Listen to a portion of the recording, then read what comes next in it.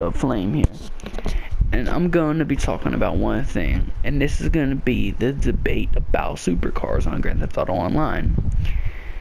And it's going to be about, are they overpriced or are the prices normal?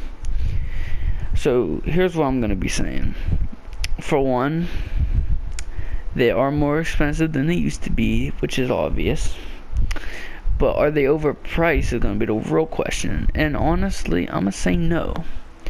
And here's my reasoning. For one, the supercars in real life aren't cheap. You know, they used to give us, like, for example, the Zentorno. In real life, that's a Lamborghini Sesto Elemento. In real life, that's a car that I believe you have to get on a waiting list to get one. And they make about, like, three a year, 4 a year or something. You have to get on a waiting list for and then the next year, if you're on the list, you'll be the first one to get the car. And then I think another one's made for someone else on the list. They're like, sometimes, like, these waiting lists, since they only make like 2 a year because they're like very rare or whatever, since they don't make that many, you have to get on waiting lists, and you might have to wait 3 or 4 years just to get your Lamborghini Sesto Elemento. But aside from that, because obviously it's GTA and there's no waiting list or nothing, but in real life, that's about a $2.5 million car. And in the game, it was only 725,000, instead of 2.5.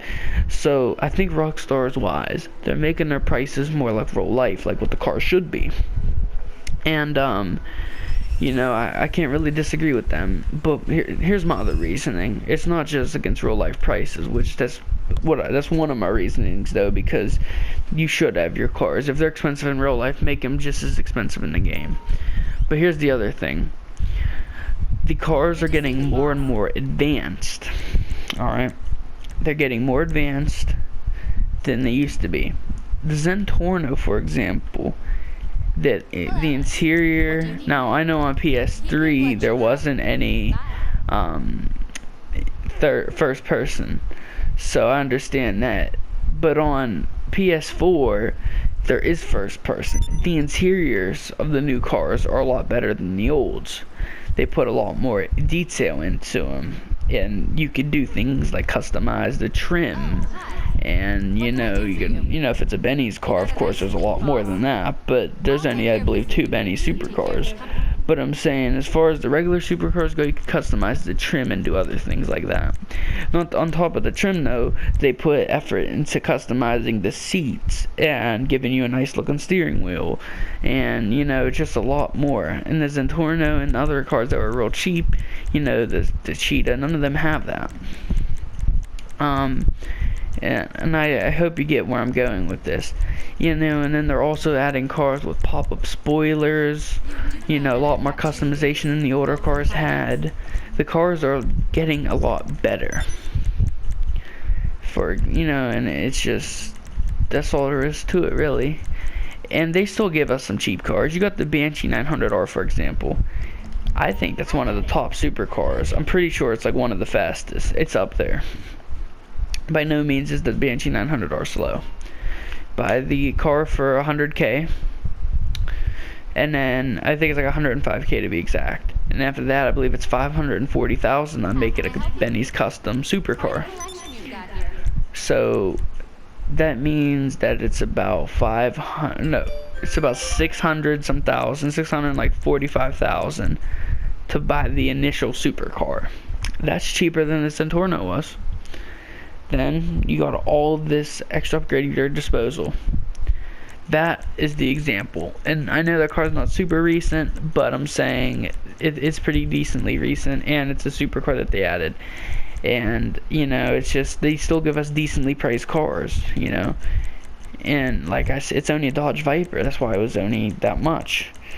And you're gonna probably say, oh well, the Sultan is overpriced.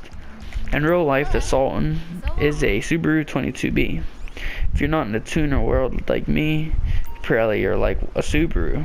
Well, a Subaru 22B is a car that you could never buy in the States. There's only so many made, and it's a very rare car. It's basically the real fast edition of the Subaru 2.5 RS two-door. And it's just nice. But in real life, it goes for around $900,000. Now, the LG Retro Custom, that's a lot off. It's only R34. In real life, that car is like 60K, you know what I mean, 70K. Just don't get me wrong, that's a lot of money, but I mean, at the same time, it's 900K in the game, you know, so, I mean, I don't even know, like, wow, that's just a lot.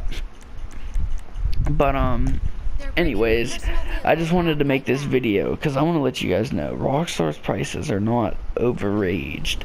It depends what you do. You gotta want things, and you gotta want things in real life, and Rockstar kind of compares this game at times to real life.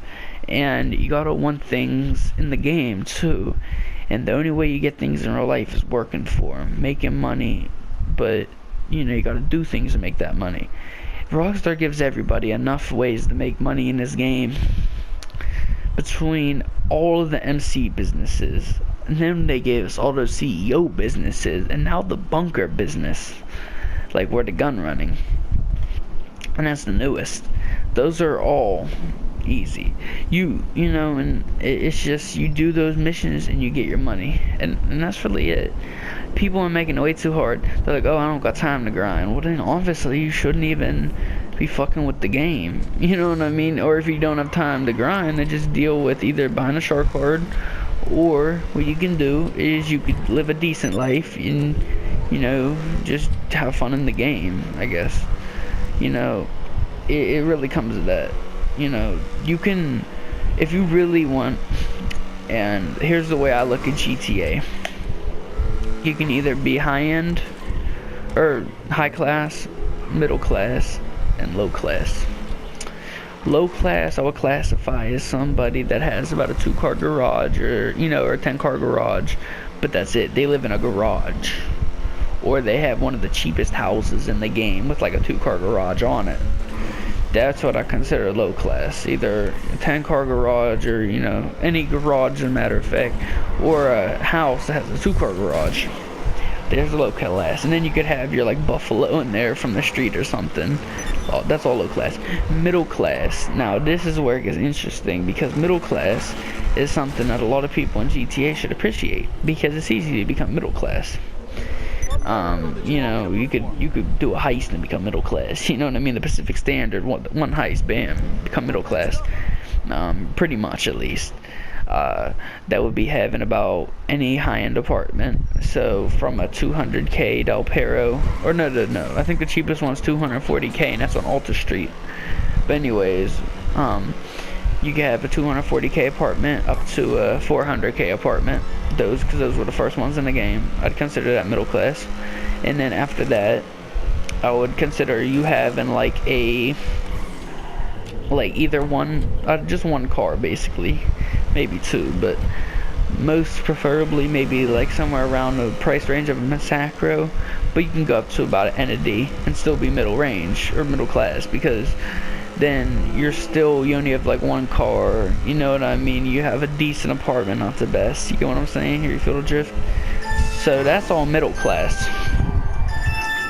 Alright, and then high class, like the penthouse for example, or the stilt house is like a real nice stilt house.